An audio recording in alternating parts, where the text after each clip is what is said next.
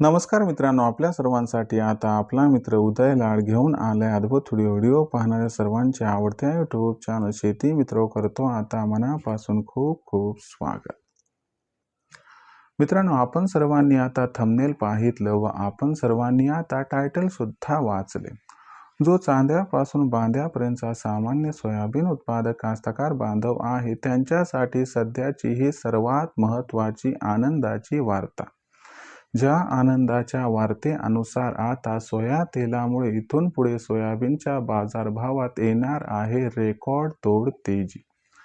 जर आपण सर्वांनी बघितलं तर सध्याची ही सर्वात महत्त्वाची अपडेट व सध्याची ही सर्वात महत्त्वाची आनंदाची वार्ता, ज्याच्या अनुसार आता इथून पुढे सोयाबीनच्या बाजारभावात सोया तेलामुळे येणार आहे तुफानी तेजी.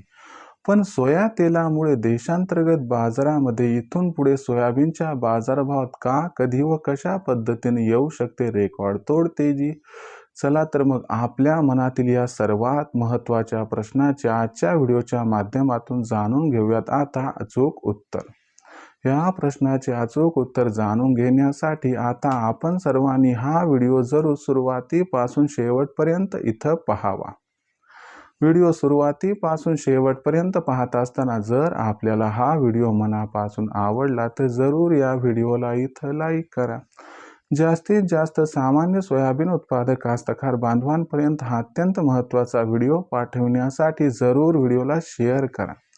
आणि आत्तापर्यंत जर आपण सर्वांनी चॅनलला सबस्क्राईब केलं नसेल तर जरूर चॅनलला सबस्क्राईब करून नोटिफिकेशन बेलला या ठिकाणी ऑल करा. याच्यामुळे आपल्या सर्वांना येणारा प्रत्येक व्हिडिओ हा सातत्याने या ठिकाणी पाहावयास मिळत राहतो. तर बघा मित्रांनो, चांद्यापासून बांध्यापर्यंतच्या सामान्य सोयाबीन उत्पादक कास्तकार बांधवांसाठी सध्याची ही सर्वात महत्त्वाची आनंदाची वार्ता की सोया तेलामुळे आता इथून पुढे सोयाबीनच्या बाजारभावात येणार आहे रेकॉर्ड तोड तेजी. पण असं काय झालंय सोया तेलाच्या बाजारात की ज्याच्यामुळे आता इथून पुढे सोया तेलामुळे सोयाबीनच्या बाजारभावात येणार आहे रेकॉर्ड तेजी? चला तुम्हाला सगळं समजावून सांगतो. बघा मित्रांनो, जर आपण सर्वांनी 100 किलो सोयाबीन घेतलं तर याच्यामध्ये सोयाबीन किती निघते आणि सोया तेल किती निघते हे तुम्हाला माहिती असेल. जर नसेल माहीत तर तुम्हाला आता समजावून सांगतो.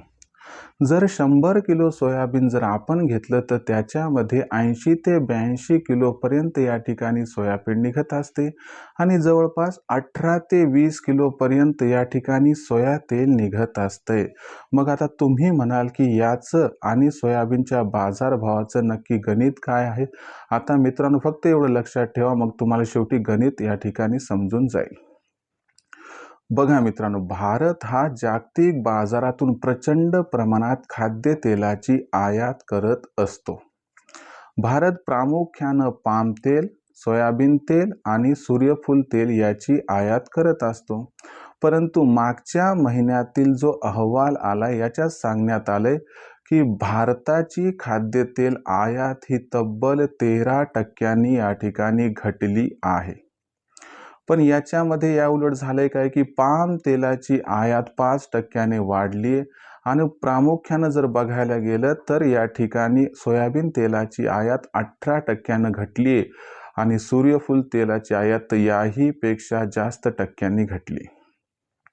आता आपल्याकडे असणारा जो वर्ग आहे तो विशिष्ट आहे. ज्याला पाम तेल लागते त्याला पाम तेलच लागते, ज्याला सोयाबीन तेल लागते त्याला सोयाबीन तेलच लागते, ज्याला सूर्यफूल तेल लागते त्याला सूर्यफूल तेलच लागतंय.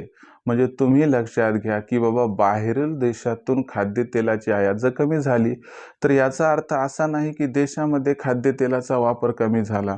मग अशा परिस्थितीत बाहेरील देशातून जरी सोयाबीन तेल कमी आलं तरी देशात मात्र सोयाबीन तेलाचा वापर जो आहे तो जशास तसा राहणार. मग या ठिकाणी आपल्याला पुरवठा तर करावा लागणार. मग पुरवठा कुठून होणार? तर लक्षात घ्या, देशामध्ये मग जास्तीत जास्त प्रमाणात सोयाबीनची क्रशिंग होईल आणि त्याच्या माध्यमातून निघणारं तेल हे खुल्या बाजारात विकल्या जाईल. म्हणजे याचा अर्थ लक्षात आला का? ही गरज भागवण्यासाठी आपल्या आपल्याला देशांतर्गत बाजारामध्ये सोया तेल जास्तीत जास्त प्रमाणात निर्माण करावं लागेल आणि देशात जर सोया तेल जास्तीत जास्त प्रमाणात निर्माण करायचं असेल तर जास्तीत जास्त प्रमाणात सोयाबीनची खरेदी करावी लागेल आणि जास्तीत जास्त सोयाबीनची खरेदी केली तर इथून पुढे सोयाबीनची मागणी आणि सोयाबीनचा पुरवठा याच्यात खूप मोठा गॅप आपल्याला पडताना दिसणार आहे. आणि लक्षात घ्या, हा जो गॅप आहे हाच गॅप सोयाबीनच्या बाजारभावाला रेकॉर्ड तोड तेजी प्रदान करणार आहे आणि कुठेतरी याच्यामुळेच सोयाबीनचा बाजारभाव जानेवारीच्या अखेरीपर्यंत 5,000 पार आणि त्याच्यानंतर आपल्याला मेच्या शेवटपर्यंत 5,500 ते 6,000 पर्यंत पोहोचताना दिसू शकतो. तर अशा पद्धतीनं सोया तेलामुळे देशांतर्गत बाजारामध्ये सोयाबीनच्या बाजारभावात येऊ शकते रेकॉर्ड तोड तेजी. राहिला प्रश्न विक्रीचा, तर तुम्हाला माझा सल्ला आहे, जर हमी भावावरती सोयाबीन विक्री होत असेल तर हमी भावावरती करून टाका. जर मे महिन्यापर्यंत थांबत असाल तर 5,500-6,000 हजारचा भाव आपणास मिळेल आणि आपल्याला खुल्या बाजारात सोयाबीन विकायचं असेल तर 15 जानेवारी नंतरच विका, ज्यामुळे बाजाराचा भाव कमीत कमी आपणास मिळू शकेल.